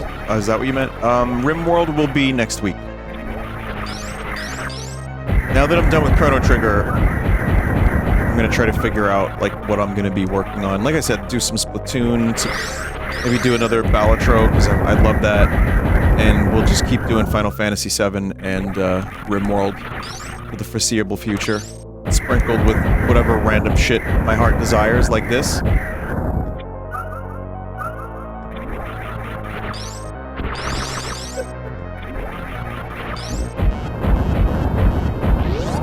24-hour Against the Storm stream? No.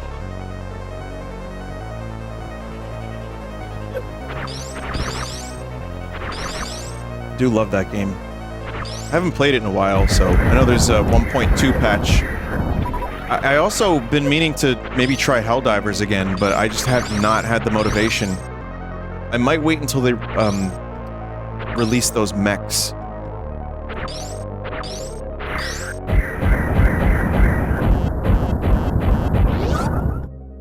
I might wait until the mech update, because that'll be soon, and then I'll check it out. That way, I see something new. Mechs sound awesome. The state of the servers will be, like, hopefully a lot better. I'll actually get to play.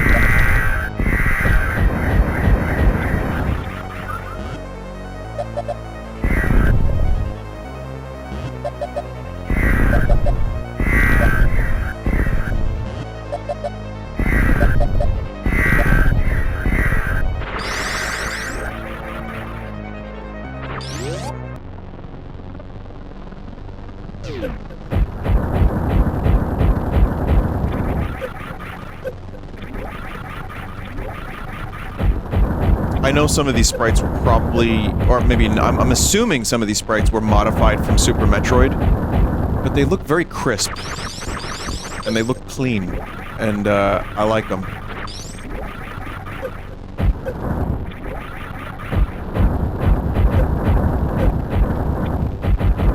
And they still kind of feel almost like their own sprites. It's also because we're playing this not on a Super Nintendo.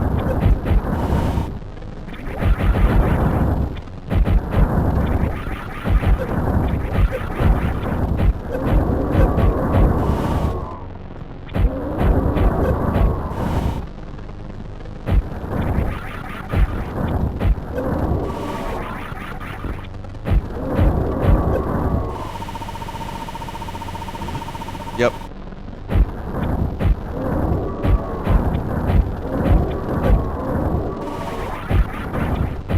If this looks poorly designed, it kind of is, but you know, it was the late 80s.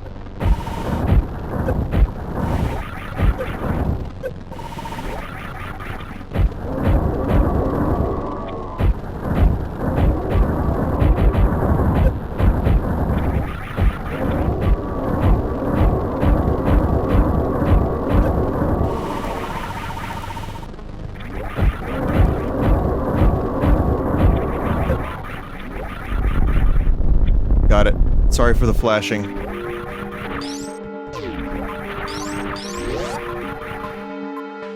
I just forget sometimes that these games have that stuff.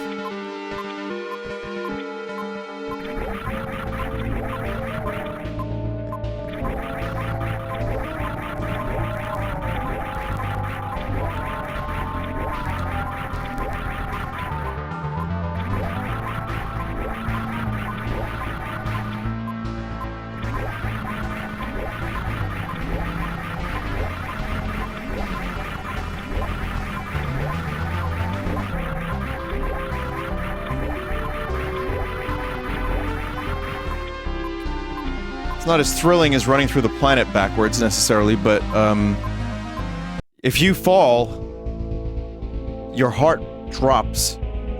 Mother Brain is no more. Zebes is safe, thanks to you. The galaxy owes you its eternal gratitude. The Metroid threat is over. Well, there you go. I was able to complete it in one session. Feels pretty good. And I did get lost a bunch, too. No way, this Samus girl? What? I thought his name was Metroid. What is this?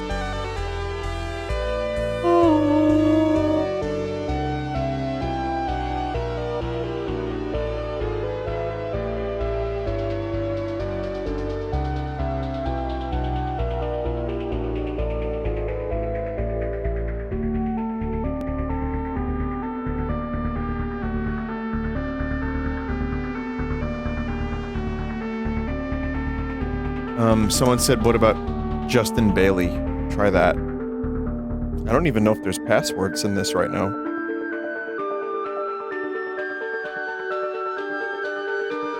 Do you remember your initial reaction to finding out Samus was a woman?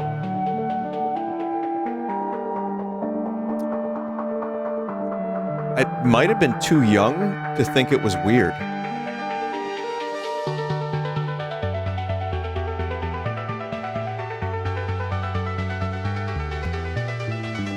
Like, why would it be?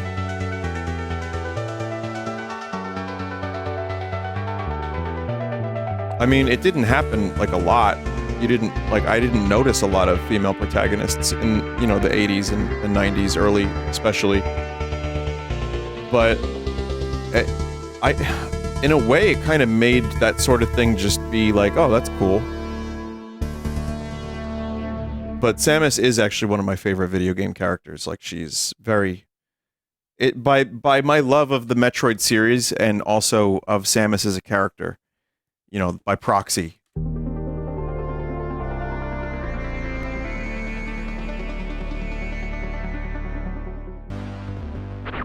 Well, there you go, chat. It's Zero Suit Samus.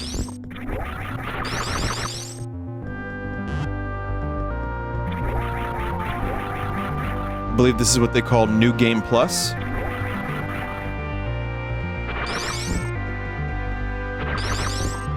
What was weirder to me was learning that Samus was like 6'7".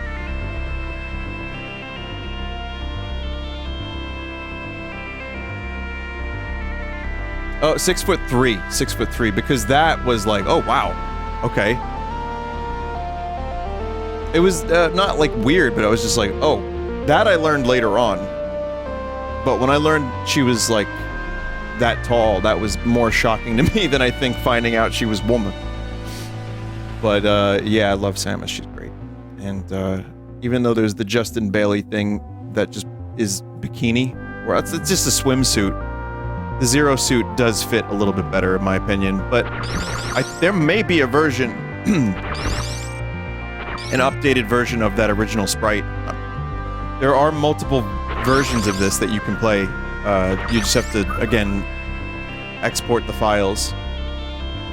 But yeah, this was great. This is the best way to play original Metroid. Should you play original Metroid? Maybe?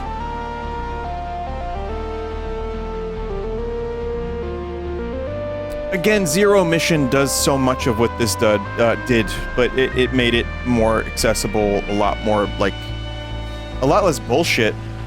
However, I have a soft spot for it. It's a very particular type of gameplay that's very, very old school, so to speak. And it's still pretty fun. And if you want to play, this is the best way to play it. I think the visuals were all... I couldn't really see very much that I didn't love. So, really good project. I would like to see more of this kind of thing for different games. But yeah, play Zero Mission, play Metroid, play Dread, Super Metroid, play all the famous ones, Fusion, and then, like, way later on, like I said, if you're looking for historical significance, then try the original. But, you know, it's not the 80s, so luckily we have other options. All right, chat, thank you for watching. This went a little later than I would have liked, but it's okay. It was worth it. I hope you have a great night. To those that have subbed to my channel, know that I appreciate it. And I don't call out subs, as I always say, but I do notice once in a while, and it is very nice of you. It is, you know, no obligation to do so, but if it happens, sorry I don't say your name out loud. But yeah, just wanted to say that. That's my monthly sub talk. What else is there? I guess that's about it. Yeah. So, good night. Take care. Probably see you tomorrow, more than likely. We'll be playing Final Fantasy VII Rebirth, and maybe there's a potential for something else. We'll see. But yes, see you soon. Goodbye. And thank you all for the support and for watching. And also thank you, mods, for helping me out too. And I'll see you all soon. Good night. Bye. Are we going to do the thing again? Yeah, let's do it.